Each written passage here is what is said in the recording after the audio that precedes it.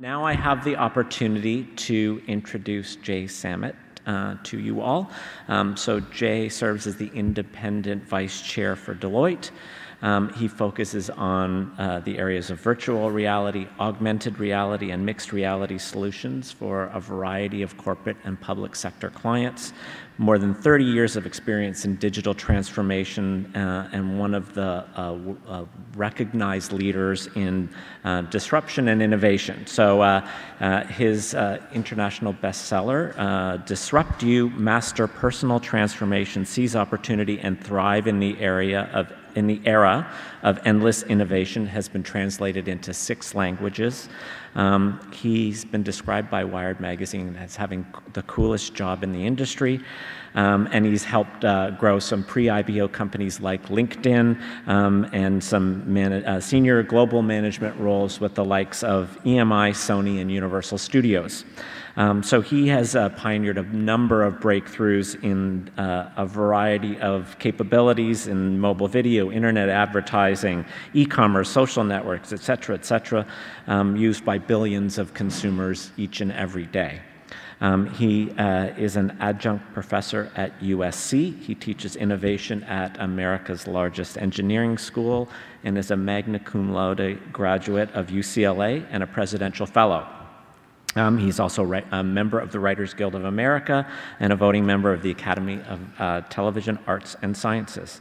As an active philanthropist, Jay was also appointed to the White House's Initiative for Education and Technology by President Bill Clinton, and he helped provide internet access for the nation's schools. He's a performing member of Magic Castle in Hollywood and the proud father of 2 sons who are also magicians. So on that note, I will introduce Jay Samit.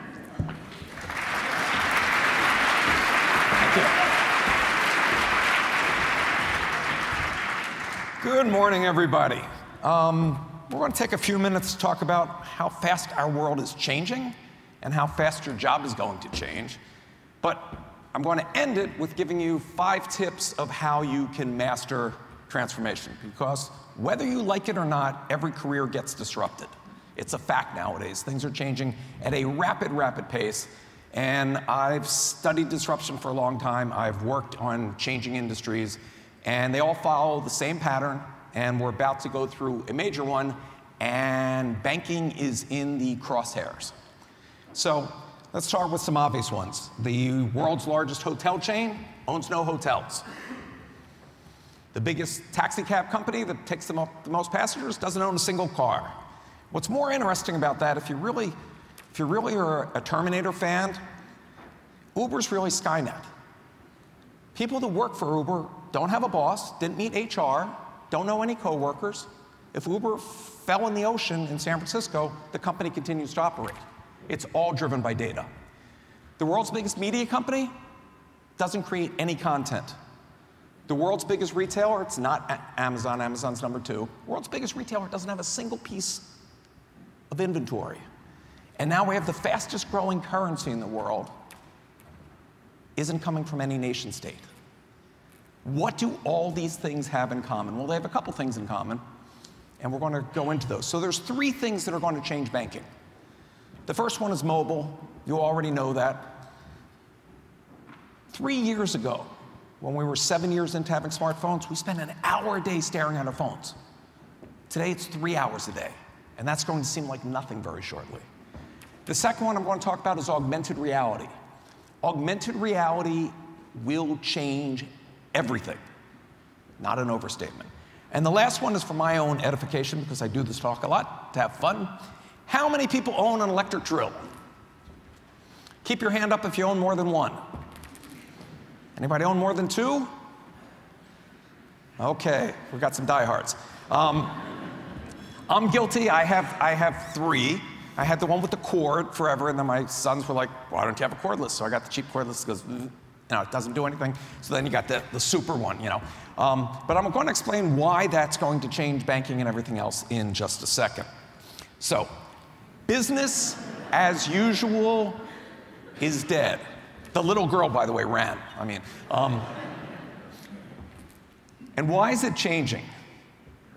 half of all jobs in North America are going to disappear during this decade. If you don't believe this is true, let's go back exactly 100 years ago. 100 years ago, most people were divided into two camps. Half lived on farms, half lived in cities. Those on the farms fed the people in the cities. It worked out. Two pieces of technology, the tractor and irrigation. And today, in North America, less than 1.8% of the population grows food, and not only feeds everybody in North America, but we export to the rest of the world. So half of all jobs disappeared. Henry Ford, Industrial Revolution, factories, absorbed those. We're now having robots replacing jobs. Each robot replaces 6 jobs downstream. This year, 2.3 million robots went to work. They work 7/24. They don't unionize yet. Here's the first jobs that are going to go away, and they're pretty straightforward when you talk about cooks and servers and cleaners and stuff. But as you add machine learning and AI, you need less people in accounting. You need less people in middle management. You need less doctors. You need less lawyers. Your foremost tax expert will not be the guy who's been in the firm or the woman who's been in the firm the longest. It'll be a piece of software.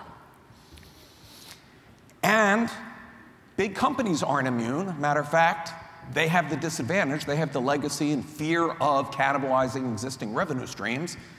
So of the original Fortune 500, 57 are left. So if those companies are changing and going away, what is it? And of those big companies, the majority of their revenue is going to come from products that they do not have today, right? Take the auto industry. 10% of people did not renew leases this year. Why? They went full Uber. Well, that takes a huge chunk out. You have a whole generation that doesn't ever want to own a car. So what does the auto industry do? They have to come up with a new business model. Do you have a subscription? You can check out a car whenever you want. Porsche just announced that. So models change. The biggest change, Peter, can you hit the video for me? The biggest change is all of us owned all these physical things. This is the year I got out of college. And what happened is these things were made in a factory, shipped on a ship, stocked by the stock person, sold at a retail store, trucked on a truck, and they've all gone and been digital. There's no longer any physicality to most of these things. Most of our society has gone digital, and that is what is driving this change. If you really want to think through on a personal level, I want you to each think of your own paycheck. I don't care how much you make, but think in percentage. What percentage of your paycheck do you spend on digital? Anybody want to yell out a number and embarrass yourself in front of your coworkers? Anybody spend 10% of their paycheck on digital? This crowd's not going to raise their hand, I know that. I'm willing to bet anyone here that they spend more than 50% of their paycheck on digital. So let's define digital, that which is not physical. So the Netflix you were thinking about is digital, the phone bill is digital, rent and mortgage are digital, credit card is digital. Starting to notice a pattern? Airline tickets are digital. Everything's moving digital. Everything in banking is changing, and that's what's driving it. So unskilled labor is becoming replaced by apps. As I said, anything that can be automated will. And as we drive up minimum wages, new machines are figured out to automate. There is a new burger flipping robot that makes and grills perfect. There's a new startup in Silicon Valley, this is one of my favorites, that makes the pizzas with robots on the truck.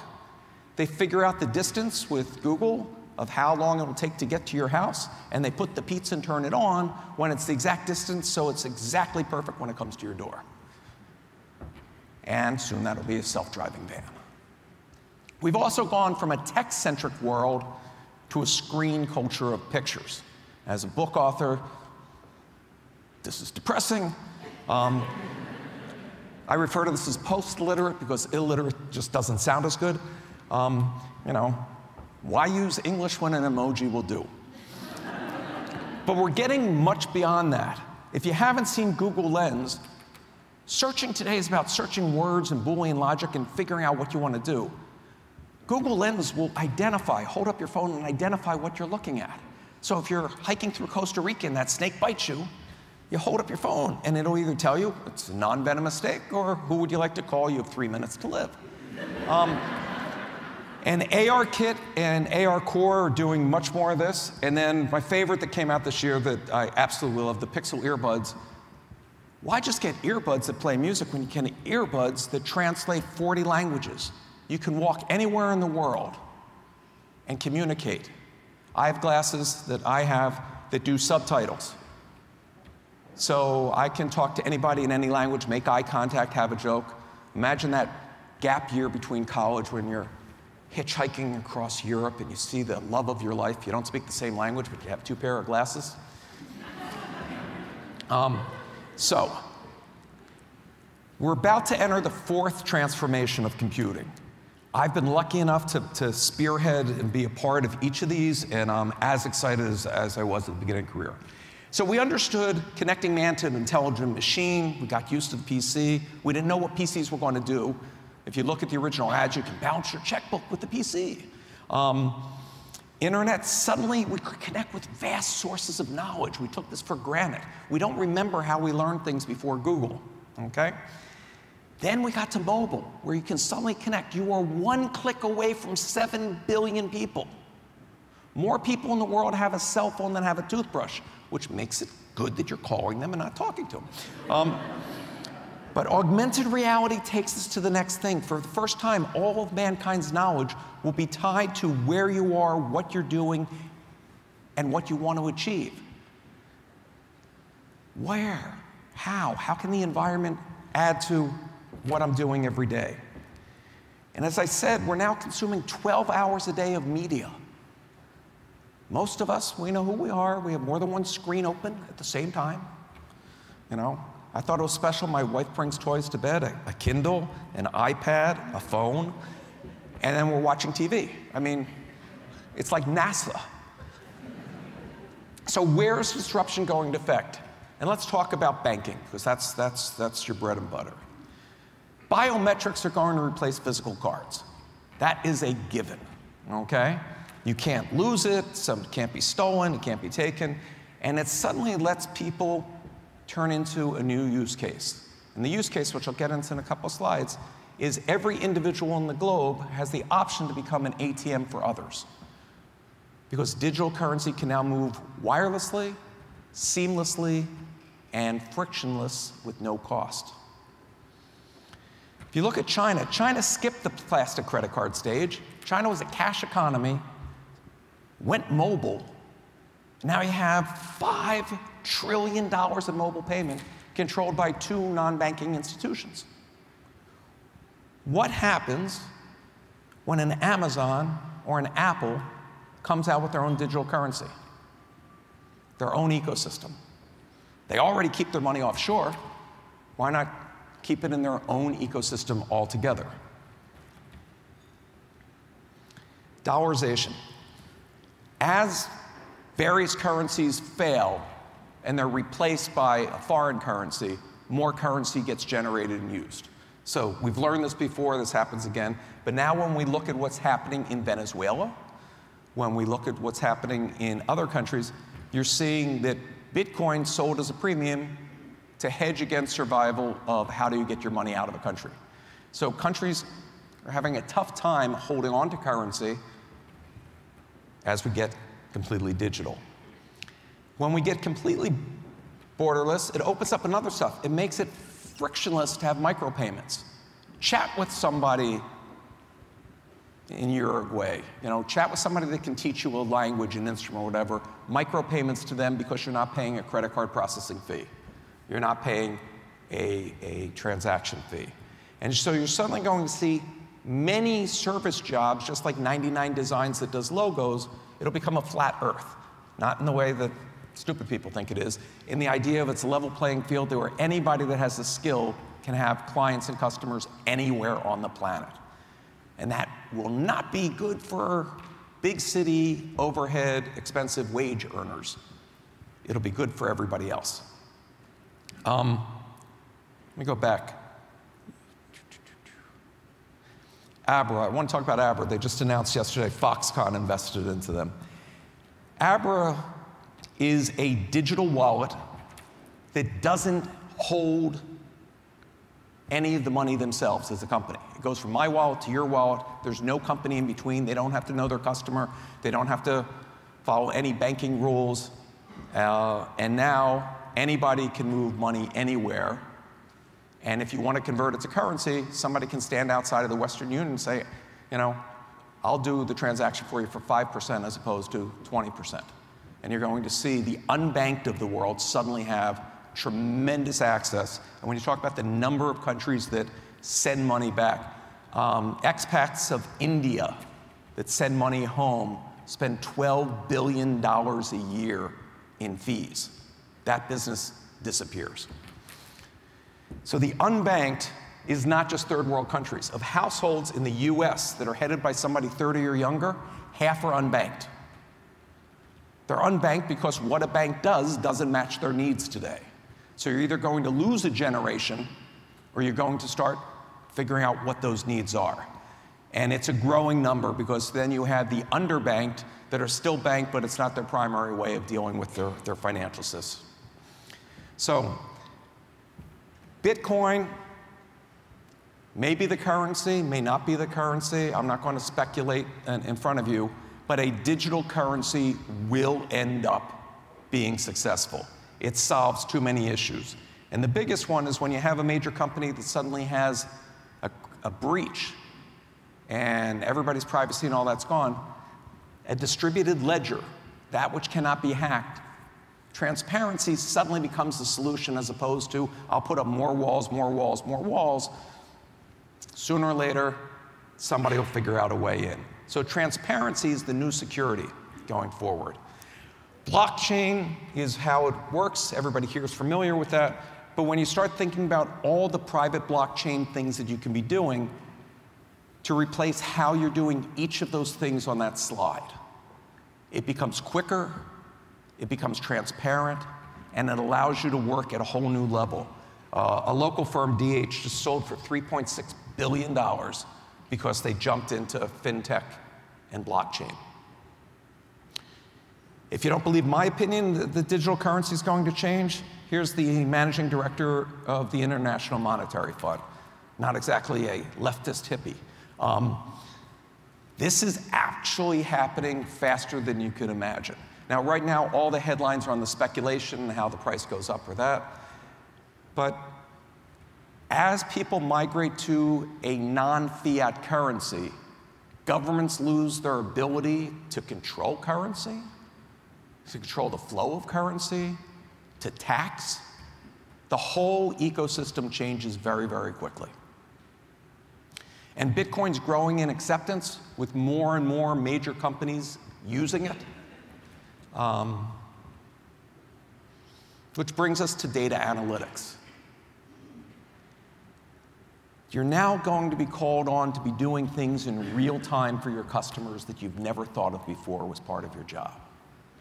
What is the role of a bank in a world where I just told you many of the things that you make revenue on, overdraft and all that, should disappear? Branches will disappear. Look at an actuarial table on age. When today's 80-year-old's gone, you know, the number of people going in on a regular basis starts going down.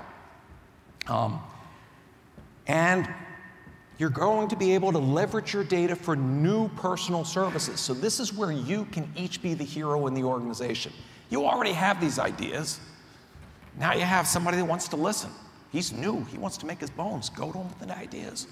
And what I will postulate is the key is trust services. What is the core value of your brand if it isn't trust? So what do people want and require trust for in this new, very complex, ever-changing, ever-evolving, endless innovation world? Okay?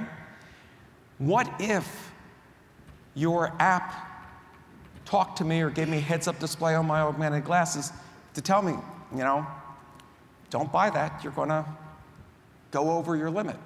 Or this charge just came in that you didn't remember, this monthly thing that's going from a subscription, whatever it might be. To truly have a personal banker that's always there with you, providing you an advantage in your life and making your life simpler. And peer-to-peer transactions have to be enabled. You know, what Square did for the taxi industry until Uber did it to the taxi industry. So what's going to happen? There's going to be another wave of banking consolidation around the world. And you're going to have payment providers and clearinghouses. Why would you need 3 days to move money internationally when you can do it almost instantaneously on the blockchain? And this is my wacky opinion. All these opinions are mine, by the way, nobody else. You're going to have less fiat currency. You're going to have more nations realize that there's no advantage to them trying to float and have their own currency. So blockchain settlements being used between many banks right now are moving it from 3 days to 2 hours. You have some of the largest banks in the world have gotten together and said, wait a second, we don't need to move trucks of cash back and forth. We don't need to do currency. We can come up with our own utility settlement coin, our own digital currency that is trusted and just used between large banking organizations. And it suddenly makes all this very simple. But that opens up yet another currency. So you're going to see really innovative stuff. And Goldman says this is something that will save billions of dollars a year. Very simple to do. It also solves an issue when you have a credit crunch, when you have certain, and I don't know Canadian banking laws, of how much capital you have to have on reserve and all those other things. This really solves the issue. So when you look at where there were gaps in currency in 2008, imagine if this infrastructure had been in place, how different and how quickly we'd be able to get out of a tough situation. So what's the message here? Data beats opinions. Invite data to every meeting. Okay? Data has no ego. Data won't lie to you. You have to know what to ask data, but data is where it's at. And we now have more and more ways to do it.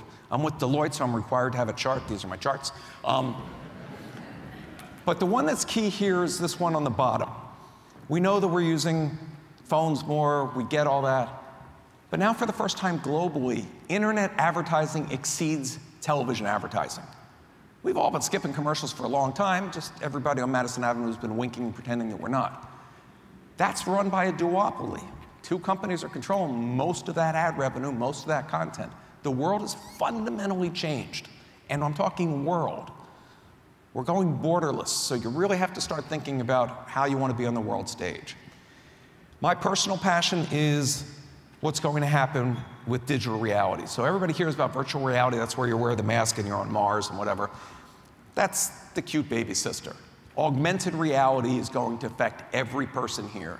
Just as if 10 years ago I told you you'd be staring at your phone for 3 hours a day before the smartphone, you go like, what, we're going to be in a coma in the future? And I just read that you're thinking of having a zombie law for people to walk into buildings and stuff, walking around. But augmented reality changes everything. Mobile's everywhere. Social is still catching up. What ties them together and what you have to think of from a bank's perspective is what are you doing social, local, and mobile. And that solo mo should be in every decision because that's how you live your life and that's how your customers live your life and that's how the next generation expects it to work. And when it doesn't, they move frictionlessly. They don't have the loyalty to brands the prior generations. If you look at some of the new players in banking in Europe, these are 3 banks that have no branches, millions of customers, less overhead, and they still satisfy everything that their customer needs, okay? This is what retail was. It's a miserable experience. So Amazon didn't win by just replicating retail. They used data to make it a better experience. It's that simple. Now when you have your augmented reality glasses, you can now say, I just want to see French wines, or I just want to see this, or I want to see that. You can turn any wall into instant shopping. So you can shop while you're waiting for the train or the bus. You can comparison shop. You can find out everything. It'll instantly know who makes those shoes, where they're sold, where they are near to you. you won't have to do what's called showrooming anymore. Your apps will do it for you. Maybe your bank should be doing that for you. Unfiltered, this is what the future will look like. If you want to see the longer version, it's called hyper-reality. It was done by a professor, and it's brilliant. But the street changes color so you don't get hit by a bus, when you're in England and you're looking the wrong way and you get hit.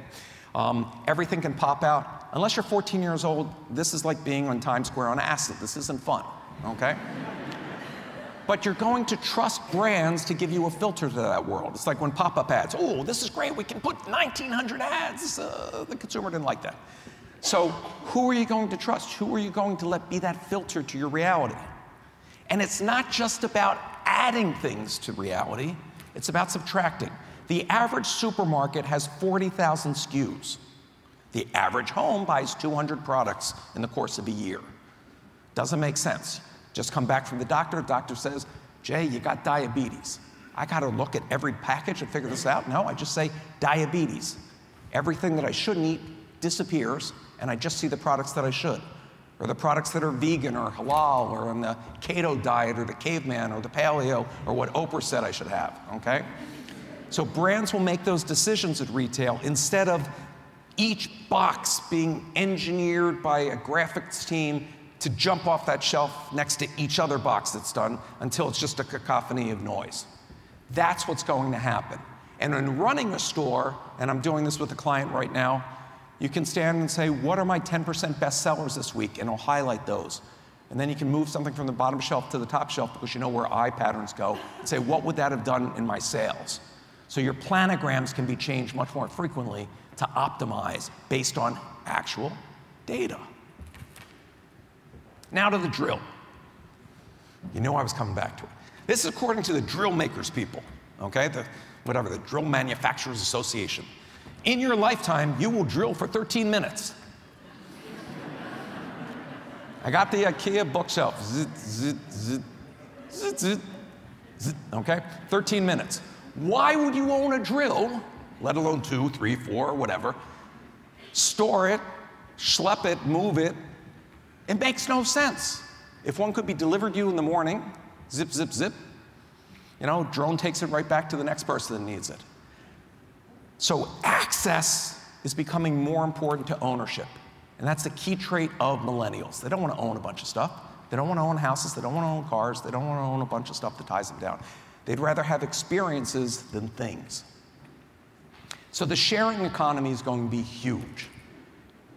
And a bank should play a role in that, because when I was talking about peer-to-peer, how do we pay each other, how do we share? It has to be seamless, frictionless, and at a low cost. So everything that you have in surplus, you can now monetize. Airbnb, it's a room. You can rent out your boat. You can rent out your garage for storage. You have that nice Birkin bag, let somebody else borrow it for the evening. So everything suddenly becomes surplus of mine, I can monetize, and vice versa. There's a company that instead of paying to park your car at the airport when you go out of town, rents your car out while you're out of town, washes it, and brings it to you when you come back, and you make revenue. 2 women that I wrote about in my book that were grad students at Harvard, and this part's for the ladies. Ladies have a tough choice.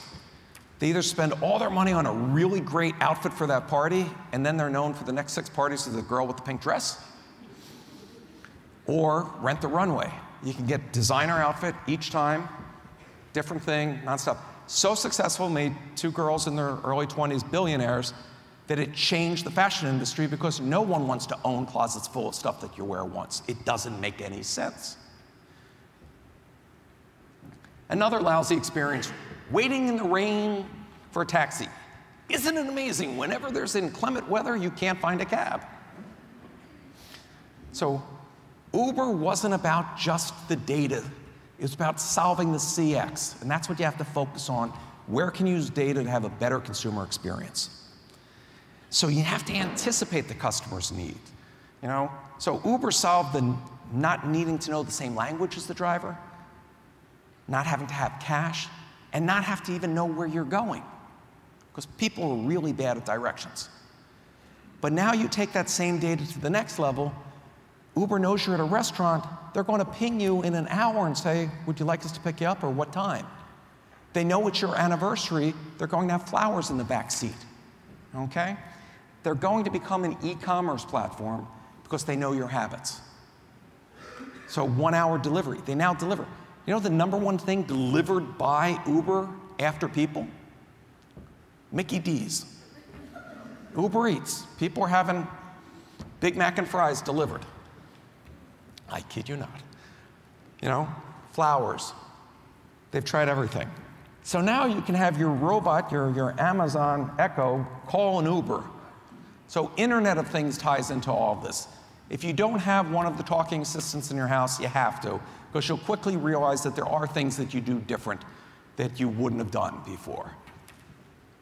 And companies that don't have data will now partner with those that do so they can play catch up. So KLM is giving you free Uber rides so they can start learning more about their customers. Data is what's driving consumer behavior. You have to be asking the right questions. It's the core of your business. The people in this room are the only ones that will decide whether this institution thrives. It's all about the data. Brand and trust. That's the advantage you have here. There's going to be a lot of new players coming in, but you're talking about people's money. Brand and trust. You have the pole position on this. So it's not that mobile is going to go away, it's that all these new technologies are going to take mobile to a whole new level and make us use it almost ubiquitously. So what I haven't seen yet is the robo-financial advisor. Your mobile should be advising you of keeping track of what you're spending, what you have, when you get paid next, what you should pay down, what you shouldn't, where you can switch interest rates. All of that should be done, and you'll have a customer for life because you'll be running their lives, you'll be organizing their lives, you'll be helping them monetize extra things that they have. So, how do you make yourself a disruptor? How do you build a disruptive company? I was lucky enough to be at the beginning of some of the biggest internet companies that you know. Everybody became billionaires. It wasn't because they were smarter. It wasn't because they went to the right schools. They looked at the world differently. And here's the 5 things that you really have to focus on. You're not going to discover something new doing the same old, same old. You have to get out of your comfort zone. You have to go.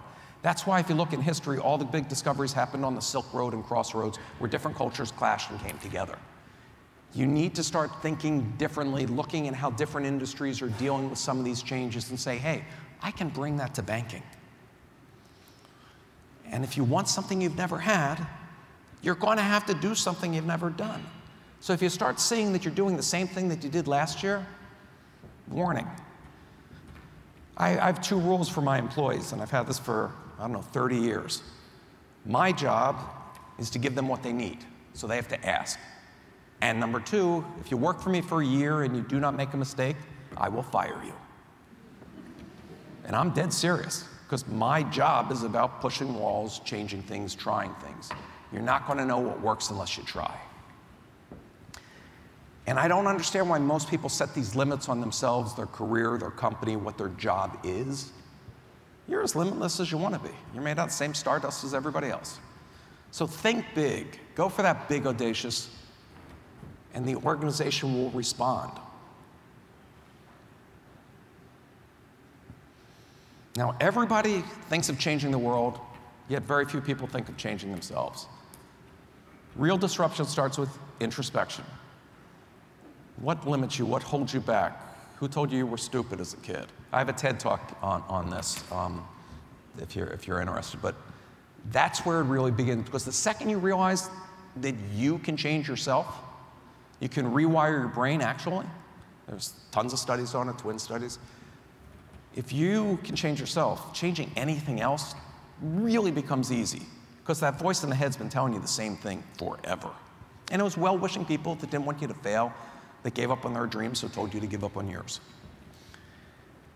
You're going to have obstacles, but if you start looking at every obstacle as an opportunity in disguise, and I'll give you one of my favorite ones, Two young guys are sitting in traffic in Tel Aviv, not as bad as traffic here, and it dawned on them, the phone company knows where my phone is. It knows where the other guy's phone is too. They tell me to go left, him to go right, no traffic. That was the beginning of Waze, okay? Within a year, they became billionaires without a penny in income. It's really that simple. And no obstacle is so big that a person with determination can't make a difference. Matter of fact, that's all that history is written about, the stubborn. Just keep on going until you can't see a way to change. If our world is changing this fast, if we talked about all the disruption happening, you're going to have to commit to lifelong learning. Would you go to a doctor my age if he told you you hadn't learned anything since med school? No. Every new medicine, every new procedure, didn't exist. Well, same for you in your career. You're going to have to keep those skills up because there is no coasting. Thank you very much.